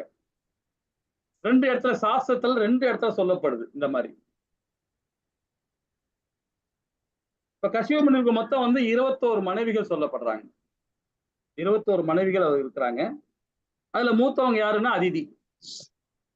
அதுக்கப்புறம் திதி வராங்க. அதிதிக்கு வந்து பாத்தீங்கன்னா 12 வயசு 12 ஆதித்யர்கள் பிறக்கிறாங்க. 12 ஆதித்யர்கள். அந்த 12 ஆதித்யர்கள் பாத்தீங்கன்னா அவங்களுக்கு வந்து தேவர்கள்லாம் பிறக்கிறாங்க. அந்த ஆதித்யர் மூலியமா தான் இந்த தேவர்கள்லாம் உருவாகிறாங்க. 30-38 கோடிகள் வந்து தேவர்கள் உருவாகிறது யாருன்னா அந்த 12 ஆதித்யர்கள் தான். அதுக்கப்புறம் பாத்தீங்கன்னா திதி. திதிக்கு வந்து பாத்தீங்கன்னா இரணியகசிபு, இரணியன், சமுதிரன் இவங்க 3 பேருமே வந்து திதிக்கு பிறந்தவங்க. அதுக்கப்புறம் தானு, 3ஆவதா ஒரு மனைவி வந்து தானு. அவங்களுக்கு வந்து பிறக்கிறவங்க யாருக்கு பண்ணா தனவார்கள் சொல்லுவாங்க. அதாவது தேவர்களே வந்து தனவார்கள். தனவார்கள் பாத்தீங்கன்னா வசதி குபேரர்கள் மாதிரி அவங்க வசதி படைச்சவர்கள். அவங்க வராங்க, அவங்க பிள்ளைகளா வராங்க. அப்புறம் வினிதா மனைவி, 4வது மனைவி. அவங்க வந்து கருடனோட தாயார் தான் வந்து வினிதா. கருட பகவானோட தாய் வந்து பாத்தீங்கன்னா வினிதா. அப்புறம் கத்துரு வந்து 5வது. அந்த கத்துரு மனைவி வந்து பிறகு வந்து பாத்தீங்கன்னா பாம்புகள், சர்ப்பங்கள், எல்லா பாம்புகள்லாம் இருக்கீங்களா, அதோட தாய் வந்து பாத்தீங்கன்னா கத்துரு. இந்த இடத்துல ஒரு சின்ன ஒரு லீலை அதை பார்த்துருவோம். பிரபுஜி வினிதாவா தினத்தாவா? தினத்தான் தானே சொல்லுவாங்க. வினிதாவா? மாதாஜி வினிதா சொல்லுங்க மாதாஜி.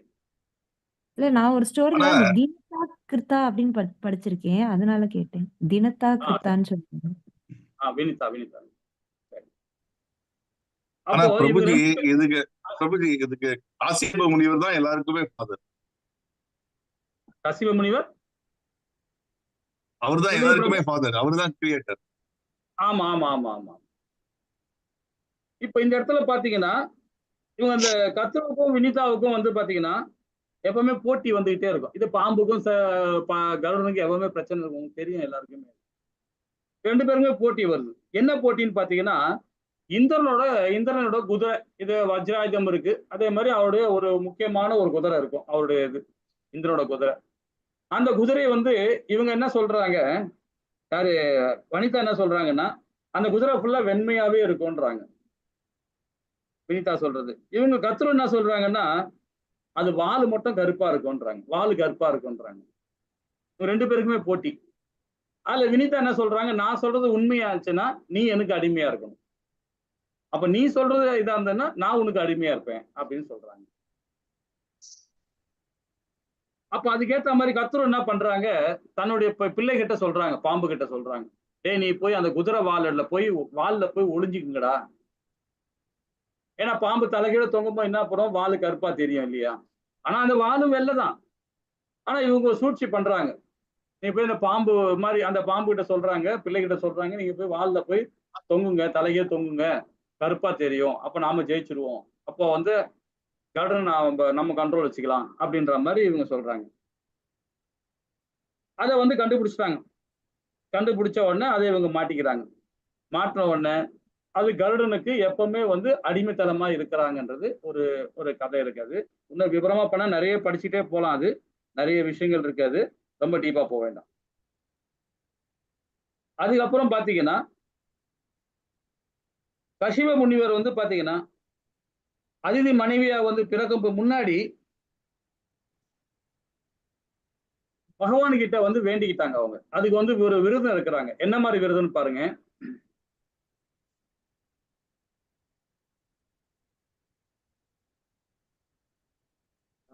கிருஷ்ணா இந்த அதாவது அதிதி வந்து பயோ விரதம் இருக்கிறாங்க பகவான் கிட்ட. அவரு கசிவ முனிவர் ஒரு சொல்றார், அதிதி கிட்ட சொல்றார், நீ பயோ விரதம் இரு அப்படின்றார். இந்த அம்மா கிட்ட பும்சன விரதம் இருன்றார். யாருக்கிட்ட? திதி கிட்ட சொல்றார். அப்ப அதிதி வந்து விரதம் இருந்ததுனால அவருக்கு மகாவிஷ்ணுவே வந்து மகனாக பிறக்கிறார். அதுக்கப்புறம் வாமன அவதாரம் எடுக்கிறார். பகவான் கிருஷ்ணரும் பிறக்கிறார், அவங்களுக்கு தான் பிறக்கிறார். பகவான் கிருஷ்ணர் வந்து பாத்தீங்கன்னா வாசுதேவராகவும் கசிபராகவும், தேவகி தாயாரா அதிதியா வராங்க. மூணு வாட்டியை வந்து பகவான் வந்து அவங்களுக்கு பிறக்கணும். அது மாதிரி இந்த விரதம் வந்து இப்பவும் நம்ம குடும்பத்துல நம்மளுடைய பிராமண கல்ச்சர்ஸ்ல இன்னமும் அந்த விரதம் ஃபாலோ பண்ணுவாங்க. பயோ விரதம் இருப்பாங்க. ரொம்ப அழகான விரதம். அந்த விரதத்தை பத்தி ரொம்ப அழகா நம்ம படிக்கலாம். அதே இந்த வம்சோன விரதம் வந்து இவங்க வந்து திதி இருக்கிறாங்க இல்லையா, அந்த திதி இருந்தனால அவங்களுக்கு வந்து பாத்தீங்கன்னா 49 மருதுகள் பிறக்கிறாங்க. எதுக்காக அவங்க அந்த இது கேட்கிறாங்கன்னா, எனக்கு வந்து ஏன்னா இரணிகசிபு இறந்துட்டான், இரணினி இறந்துட்டான், இந்த 3 பேருமே இறந்துட்டானுங்க. அது யாரு? பகவானால கொல்லப்பட்டாங்க, விஷ்ணு பகவானால கொல்லப்பட்டாங்க இந்திரன் மூலியமாக. இந்திரனை கொல்லக்கூடிய மகன் எனக்கு வேணும் அப்படின்னு கேட்கிறாங்க. யாரு? திதி கேட்கிறாங்க.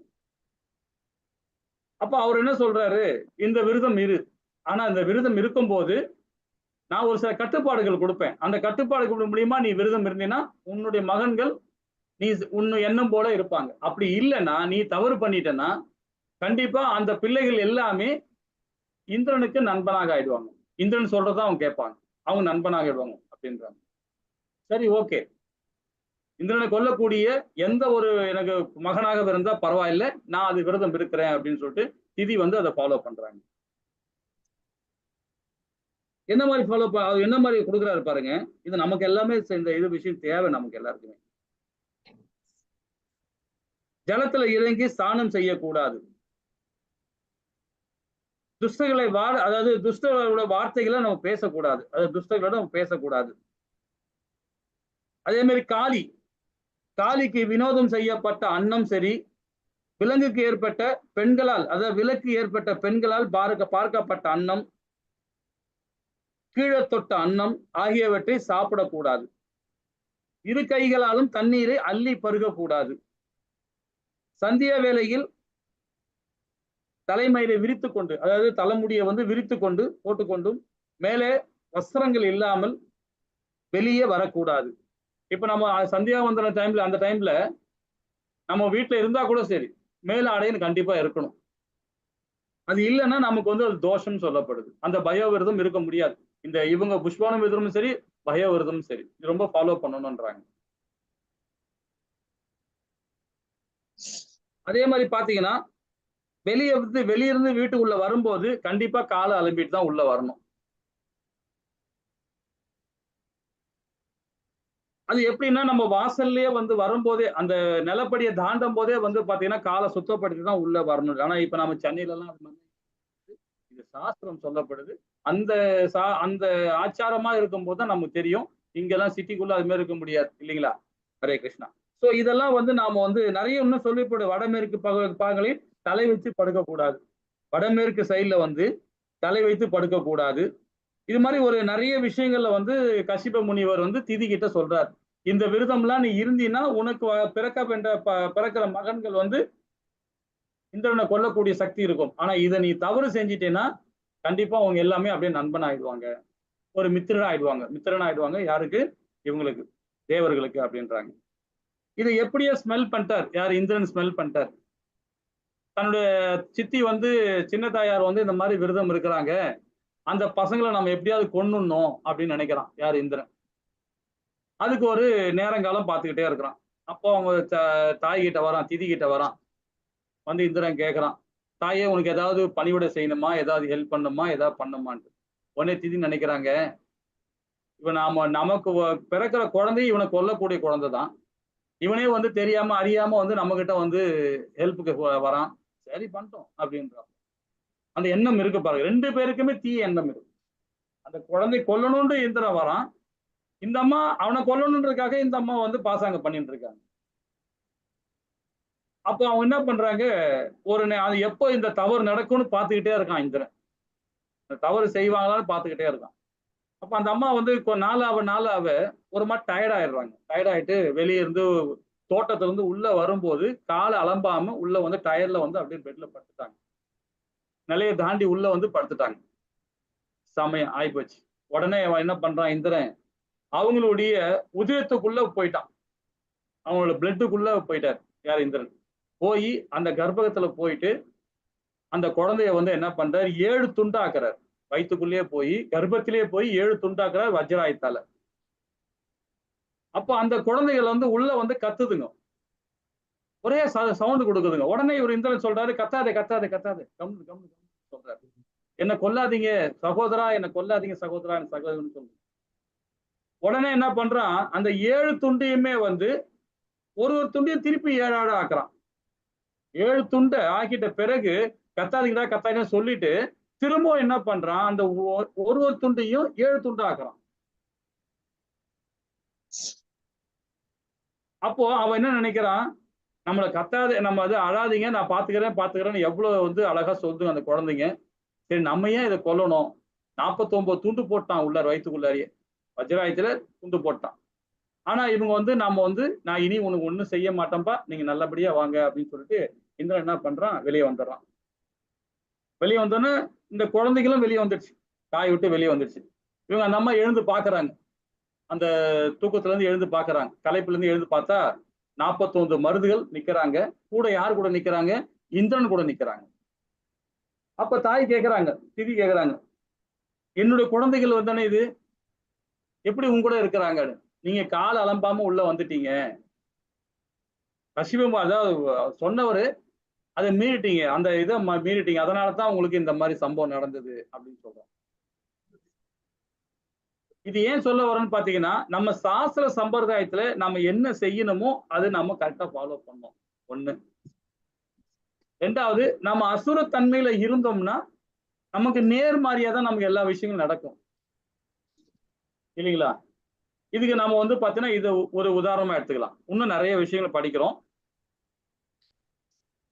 சரி, இப்ப இந்த இடத்துல வந்து பாத்தீங்கன்னா இப்ப திருப்பி முன்னாடி இருந்து வருவோம். ஏன்னா அந்த யாராரு பிறந்தாங்கன்றதை நம்ம தெரிஞ்சுக்கிட்டோம். இப்ப அதிதி வந்து பொறுப்புணர்வு, கடமை உணர்வு இருக்கு அதிதிக்கு.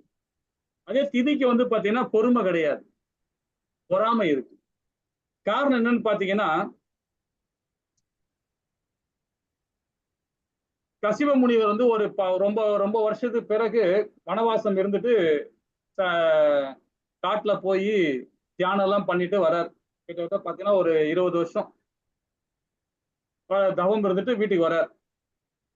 வீட்டுக்குள்ள வரும்போது திதி கேக்குறாங்க, என்ன மாதிரி கேக்குறாங்க பாருங்க. எனவே உங்களுக்கு இது வந்து கருட புராணத்துல, இது ஸ்ரீமத் பாகவதத்துல 3வது காண்டத்துல 14வது அத்தியாயத்துல 11வது பதத்துல சொல்லப்பட்டிருக்காங்க. என்ன சொல்றான் பாருங்க, எனவே உமது முழு கருணையிலும் என் மீது வைப்பதின் மூலம் என்னிடம் அன்பு நடந்து கொள்வீராக. நான் புத்திரைகளை பெற வேண்டும் என விரும்புகிறேன். எனது சக்காலத்தியான செல்வ செழிப்பை கண்டு நான் துன்புறுகிறேன். இவ்வாறு செயல்படுவதன் மூலம் நீங்கள் மழுவீர்களா அப்படின்னு கேட்கிறாங்க. என் மகனெல்லாம் கொண்டுட்டான் இந்திரன். விஷ்ணு பகவான் மூலியமா என் மகனெல்லாம் கொண்டுட்டான். எனக்கு மகன் வேணும் அப்படின்றான். அப்போ உடனே கசிபர் சொல்றார், நான் இப்பதான் வந்து தவம் பண்ணிட்டு வீட்டுக்குள்ளே வரேன். வந்த உடனே இந்த மாதிரி கன்றிய இதுக்கெல்லாம் நேரங்காலம் இருக்கு, அவசரப்படாது. உனக்கு புத்திர பாக்கியம் கண்டிப்பா கிடைக்கும். ஆனா இந்திரனை கொல்லக்கூடிய மகன் பிறப்பானான்றது பொறுமையா செயல்படும். உனக்குள்ள வரம் கண்டிப்பா கிடைக்கும், வெயிட் பண்ணுன்றார். ஆனா அந்த அம்மா பொறுமை இல்லை. எனக்கு இப்பவே வேணும் அப்படின்ட்டு அவர் வந்து போய் வீட்டுக்குள்ள வந்துட்ட உடனே அவரோட ஆச்சாரமா செயல்படுறாரு. ஆனா அந்த அம்மா விட மாட்டேன். அவர் மேல போய் சாஞ்சிக்கின்னு அவர் மேல ஒரே சேட்டை பண்ணிக்கிட்டு எனக்கு இப்பவே புத்திர பாக்கியம் கொடுறாங்க. அவர் சொல்றாரு, இது இந்த நேரத்துல வேண்டாம், இந்த நேரத்துல வேண்டாம், உனக்கு கண்டிப்பா அந்த பாக்கியம் கிடைக்கும், பொறுமையா இருன்ற. அந்த அம்மா பொறுமை இருக்க மாட்டேன். காரணம் என்ன பாருங்க, சுயநலம் இருக்கு, அந்த பொறுமை இல்லை அவங்க கிட்ட. காமம் இருக்கு, அதையுமே பொறாமை. ஏன்னா அதிதியோட பிள்ளைகள் நல்ல பிள்ளைகள் பிறந்திருக்கிறாங்களே அப்படின்ற அந்த பொறாமை.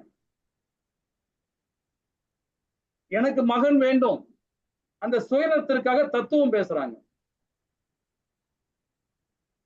தர்மத்தையும் அலட்சியம் பண்றாங்க. தர்மத்தை ஏன் அலட்சியம் பண்றாங்கன்னா அவருடைய செயல்பாடு அது. அவர் வந்திருக்கிறார், வந்து திரும்பவும் வந்து பகவானை பத்தியும் துதி பாடிக்கிட்டு பாராயணம் பண்ணிக்கிட்டு இருக்கிறார். அந்த தர்மத்தை இந்த டைம் சரியில்லாத டைம் வேண்டாம், ஒரு நாளை ஒரு குறிப்பிட்ட நாள் வரும், அந்த நேரத்துல புத்திர பாக்கியம் கிடைக்கும் உனக்கு அப்படின்றார். அந்த அம்மா வந்து அதை வந்து அலட்சியப்படுத்துறாங்க. தத்துவம்லாம் பேசுறாங்க, நிறைய விஷயங்கள் பேசுறாங்க. ஏன்னா அது அசுர குணங்கள் இருக்கும் போது பௌதிக தன்மை தான் வரும், மேன்மேலும் இல்லைங்களா? இதே 8வது காண்டத்துல 16வது அத்தியாயத்துல 2வது பாத்திரம் சொல்லப்படுறாங்க. பற்பல நாளுகளுக்கு பிறகு மிகவும் சக்தி வாய்ந்த ஆந்தோன கசிவ முனிவர் தனது சமாதி நிலையிலிருந்து எழுந்தார். அதிதியின் ஆசிரமத்தில் திரும்பி சென்றார். அவர் அதே மகிழ்ச்சிகரமான நிலையில் இல்லாததையும் கண்டார். அதிதி வீட்டுக்கு வர்றார். திரும்ப ஒரு 20 வருஷம் 40 வருஷம் கொஞ்ச நாளுக்கு பத்து சமாதி நிலையில் திருப்பி வர்றார். வந்து பார்த்தா அதிதி வந்து உட்காந்து சோகமா உட்காந்துக்கிறாங்க. அந்த அம்மா கேட்கிறாங்க, கசிவமுனி கேட்கிறார், என்னம்மா பிரச்சனை, உனக்கு என்னம்மா பிரச்சனைன்னு கேட்கிறார். உடனே அந்த அம்மா சொல்றது, திதிக்கு மகன்களை நல்ல மகன்களா கொடுக்க கூடாதா, நல்ல பிள்ளைகளா கொடுக்க கூடாதா? அவ எவ்வளவு கஷ்டப்படுறா, அவர் ஒரு புத்திர பாக்கியம் நல்ல புத்திர பாக்கியமா கொடுங்க அப்படின்ட்டு கசிவ முனிவர்கள் சொல்றாங்க. அவ என்னடானா திதி என்னடானா அவனுக்கு அவன் மகனை கொல்லக்கூடிய மகன் எனக்கு வேணும்ன்றா. இவ என்னடானா அவ நல்ல பிள்ளைகள் கொடுங்களேன் அப்படின்னு சொல்லிட்டு தன்னுடைய கணவர்கிட்ட அதிதி கேட்கிறாங்க. இந்த மாதிரி அந்த மாதிரி குழந்தைகளை வந்து நல்ல குழந்தைகளை கொடுத்தீங்கன்னா நானும் மகிழ்ச்சியா இருப்பேன், நம்ம எல்லா குழந்தைகளும் நல்லா இருப்போமே அப்படின்னு இந்த அம்மா கேக்குது. அப்ப இது வந்து என்ன குணம்? தெய்வீகமான குணம் இல்லைங்களா? அதுதான் சுயநலம் கிடையாது, கடமை உணர்வு. அதுவும் என்னுடைய பிள்ளைகள் தானே, அவங்களும் என்னுடைய பிள்ளைகள் தானே. ஒரு மனைவியா இருக்க என்ன பண்ணுவாங்க, எந்த பிள்ளைகளாலும் தன்னுடைய பிள்ளைகளா பார்ப்பாங்க. அதுதான் ஒரு தாய் அதிதியா நினைக்கிறார். பொறுமையானவர், சிந்திக்கிறார், சாந்தமானவர், பொறாமையற்றவர், தர்மத்தை பின்பற்றுகிறார். இது தெய்வீகமான குணங்கள். இப்ப நம்ம ஒரு நிறைய விஷயங்கள் பார்ப்போமே. ஒரு உதாரணம் பாருங்க, மாம்பழத்தை பிசைகிறோம், என்ன வரும்? மாம்பழம் தான் வரும், ஜூஸ் தான் கிடைக்கும். நமக்கு அப்ப எலுமிச்சை பேசினாலும் அதுதான் வரும். ஆனா பிறகு தொந்தரவு செய்யும் போது நமக்கு என்ன வரும்? பிரச்சனைகள் தான் வரும் இல்லைங்களா? அதே நல்ல குணத்தோட நம்ம செயல்பட்டோம்னா கண்டிப்பா நமக்கு வந்து நல்லதே நடக்கும்.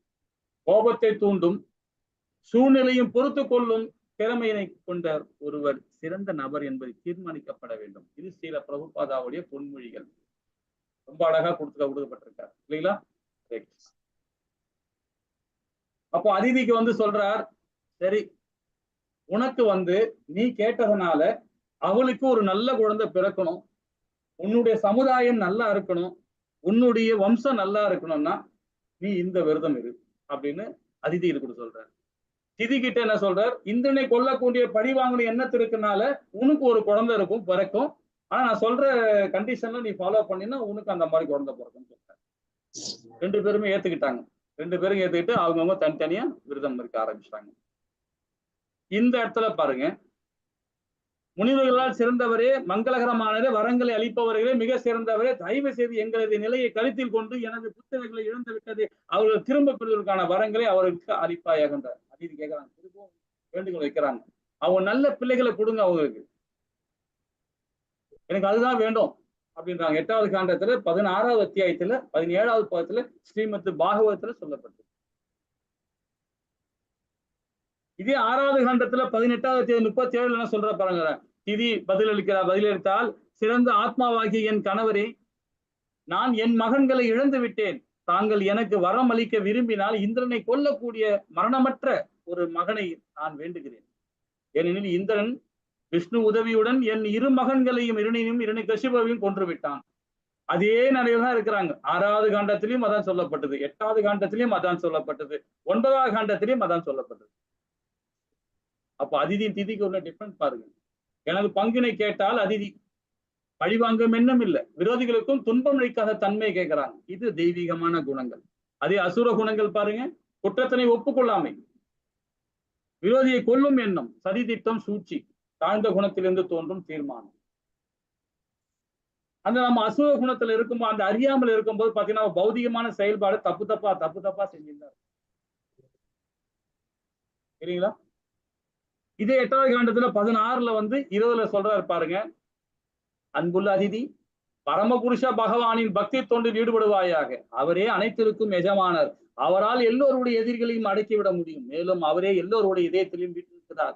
பகவான் கிருஷ்ணர் அல்லது வாசுதேவர் எனப்படும் அப்பரமபுருஷ பிரபஞ்சத்தின் ஆன்மீக குரு என்பதால் அவரால் மட்டுமே அனைவருக்கும் சர்வ மங்களமரமான வரங்களை அளிக்க முடியும். அப்போ பயோவிரதம் நீ இருந்தே ஆகணுன்ற. உனக்கு மகனே பகவான் விஷ்ணுவே பிறப்பார், உனக்கு வாமன அவதாரம் கொடுப்பார், 3 அவதாரம் பகவான் உனக்கு கொடுப்பார், இந்த விரதம் இரு அப்படின்றார். உனக்கு மகனாக பிறப்பார் அப்படின்றார். 3 முறை. அப்போ நோய்க்கு தகுந்த மருந்து என்ன? வழங்க மருத்துவ தேவை. அதே பௌதீக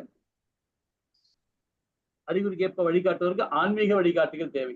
இப்ப நாம இந்த பகவத்கீதையில படிக்கும் போது பாத்தீங்கன்னா 2வது அத்தியாயத்துல வரைக்கும், 2வது அத்தியாயத்துல 6வது பதம் வரைக்கும் ஒரே என்ன பண்ணிருக்கலாம், 1வது அத்தியாயத்துல இருந்து 46 பதத்திலையும் இந்த 2வது அத்தியாயத்துல 6வது பதத்து வரைக்கும் அர்ஜுனன் எப்படி இருக்கான் பாருங்க. ஒரே புலம்பிட்டே இருக்கான். எழுத்தாப்புல என் தாத்தா இருக்கான், என் அச்சா இருக்கான், மாமா இருக்கான், நண்பர் இருக்கான், சகோதரர் இருக்கான்றான், எல்லாரையும் நான் கொல்லணுமான்றான். எனக்கு அந்த மாதிரி 5 விதமான தன்மையை சொல்லிட்டு இருக்கான். பந்தப்பட்ட வாழ்க்கையை வாழ்ந்துட்டு இருக்கான். அப்போ பகவான் என்ன பண்றாரு, அவனுக்கு அதுக்கப்புறமா பகவான் கிட்ட 7வது பதத்துல சரணாகதி அடைகிறான். 10வது பதத்துல அவன் மண்டையில நங்குன்னு கொட்டிட்டு 11வது ஸ்லோகத்துல இருந்து சொல்ல ஆரம்பிக்கிறான். ஆத்ம தத்துவத்தையும் சாங்கிய தத்துவத்தையும் சொல்ல ஆரம்பிக்கிறான். அது போல அதிகாரிகள் நம்ம தேர்ந்தெடுக்கணும். எப்படி நம்ம தந்தைய, நம்ம தாயார, பாட்டனார, நம்மள அதிகாரியை தேர்ந்தெடுக்கணும். ஒரு குருமாரை நம்ம தேர்ந்தெடுக்கணும். தேர்ந்தெடுத்து அவங்க கிட்ட அறிவுரை வாங்கிக்கிட்டு நம்ம செயல்பட்டா கண்டிப்பா நம்ம எல்லாருக்குள்ளயும் அசுர குணங்கள் இருக்கு, தெய்வீக குணங்களும் இருக்கு. அந்த அசுரத்தன்மையை நாம் இருக்கும்போது கண்டிப்பாக நம்ம எடுக்கிற முடிவுகள் எல்லாமே அதர்மமா தான் இருக்கும். இல்லைங்களா? ஹரே கிருஷ்ணா. இதை பத்தி நம்ம படிச்சுட்டோம். பகவான் வழங்கிய பலன்கள் பாருங்க. அதிதி அந்த பயோ விரதம் இருந்ததுனால அவங்களுக்கு என்ன கிடைச்சது பாருங்க. வாமன அவதாரமாக பகவான் கிருஷ்ணர் பிறந்தார். அதே இவங்க 49 மருதுகள் திதிக்கு தாய்க்கு பிறந்தாங்க. இல்லைங்களா? ஹரே கிருஷ்ணா. 2 பேருமே நல்ல உள்ளவங்க படைச்சவங்க தான். ஆனா அதோட செயல்னாலதான், அவங்களுக்கு எண்ணத்தினாலதான் அந்த மாற்றங்கள் ஏற்படுது. திதி நாம் பின்பற்றும் வழிமுறையை நமக்கு கிடைக்கும் பலனை தீர்மானிக்குது. நாம என்ன நினைக்கிறோமோ அது நம்ம தீர்மானிக்குது. நம்மள பகவான் கிருஷ்ணரை அடைய விரும்பினால் பக்தி தோன்றினை விட விழுமுறை நின்று விடாதீர்கள் சொல்ல. சரி, இப்ப நம்ம 7வது பாத்திரம், இப்ப நம்ம இந்த ஸ்டோரி வரைக்கும் நம்ம பார்த்திருக்கோம், விரிவா பார்த்திருக்கிறோம். இனி ஒரு பதம் மூலியமா நாம் இன்னும் விரிவா நம்ம பார்க்கலாம். ஹரே கிருஷ்ணா மாதாஜி. இன்னைக்கு படிக்கலாமா இல்ல நாளைக்கு படிக்கலாமா? 7வது பதத்துல இருந்து படிக்கலாம். நாளைக்கு படிக்கலாம். சரி, நாளைக்கு படிக்கலாம். ஓகே ஓகே, நாளைக்கு படிக்கலாம். மணி 9 மணி ஆயிடுச்சு. எனக்கும் நான் காலையில எனக்கு கிளாஸ் வர இருக்கு. நாளைக்கு பகவத்கீதா கிளாஸ், பேசிக் கிளாஸ் போயிட்டு இருக்கு 6 மணிக்கு. ஓகே, சரி, நாளைக்கு பார்ப்போம். 7வது பதத்துல நாளைக்கு பார்ப்போம். ஹரே கிருஷ்ணா. வாஞ்ச கல்பதராய கிருப சிந்து ஹேவச பதனானாம் பாவனையே வைஷ்ணவி ஓ நமஹ. ஜெய் ஸ்ரீ கிருஷ்ணா சைதன்யா பிரபு நித்யானந்தா ஸ்ரீ அத்வைத கதாதார சீவாசாதி கௌர பக்த விரும்பிக்கு ஜெய். ஹரே கிருஷ்ண கிருஷ்ண கிருஷ்ண ஹரே ஹரி, ஹரி ராம ராம ராம ஹரி ஹரி. கிருஷ்ணா, ஏதாவது டவுட் இருந்தா கேட்கலாம். ஹரே கிருஷ்ணா மாதாஜி.